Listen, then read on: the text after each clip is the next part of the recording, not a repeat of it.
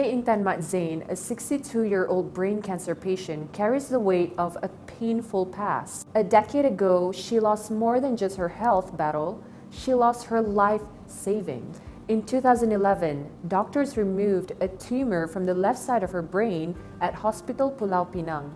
But the journey wasn't over. Afraid of hospital treatments due to the painful procedures, her friend introduced her to a Bomoh. He promised healing.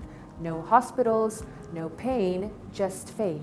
Desperate for a cure, she listened to the Bomoh, who gave her unusual instruction. She was told to bath with 7 types of flowers for 7 days, find the heart of a bird that had died from love, and obtain a white burial shroud of someone who had passed away on a Tuesday. Masa mula-mula tu dia bagi mandi ayat basuh. 7 basuh. Lepas tu kali kedua dia minta kau kain putih. Orang mati bunuh hari Selasa.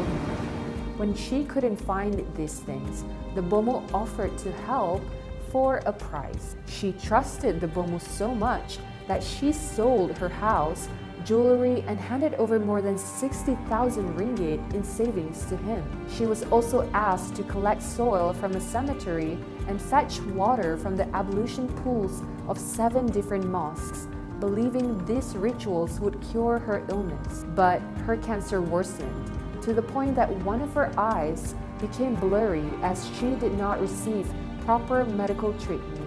Today, she looks back with regret. The healing never came, but the pain, loss, and betrayal still remain.